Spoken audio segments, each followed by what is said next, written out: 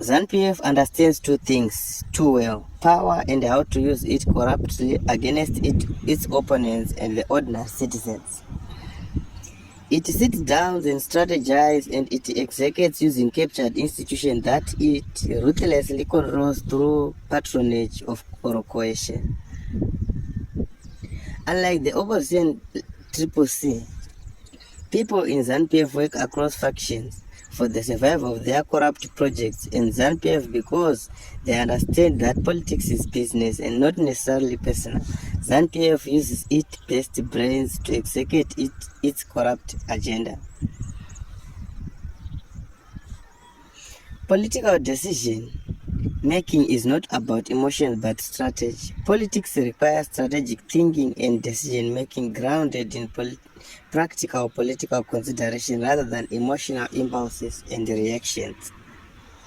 It involves navigating around complex political scenarios, anticipating contrived political and legal consequences, and formulating plans to achieve specific political goals, and in this case, legal outcomes too. Embracing a strategic political mindset helps political parties respond effectively to political challenges thrown at them by their crooked and corrupt political opponents, and it also helps political parties to pursue their objectives in a well-calculated manner.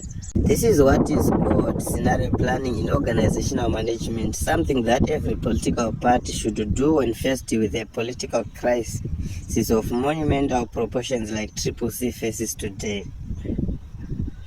Balancing the importance of party names and the practicalities of navigating around a repressive and captured political system like what we have in Zimbabwe underscores the complex challenge faced by CCC and its legitimate leader, President Nelson Chamisa.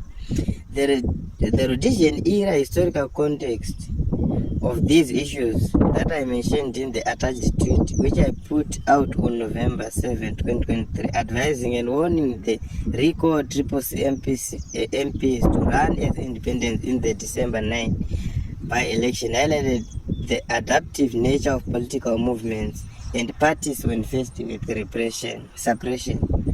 The most logical route of CCC to take was for its record MPC to run as independent candidates, because as I said in the attached tweet, what matters most are the principles you carry in your political heart and not a political party name when you are in the middle of a mortal fight for your survival against an oppressive and crude opponent who controls the state and wants to destroy you. After Sengezo Shabangu illegally but successfully recalls the CCC MPs, I mentioned that CCC as a political party was finished. It was clear to any average political thinker that there was a third hand taking advantage of CCC leadership harmony created by Nelson Chamisa, so-called strategic ambiguity.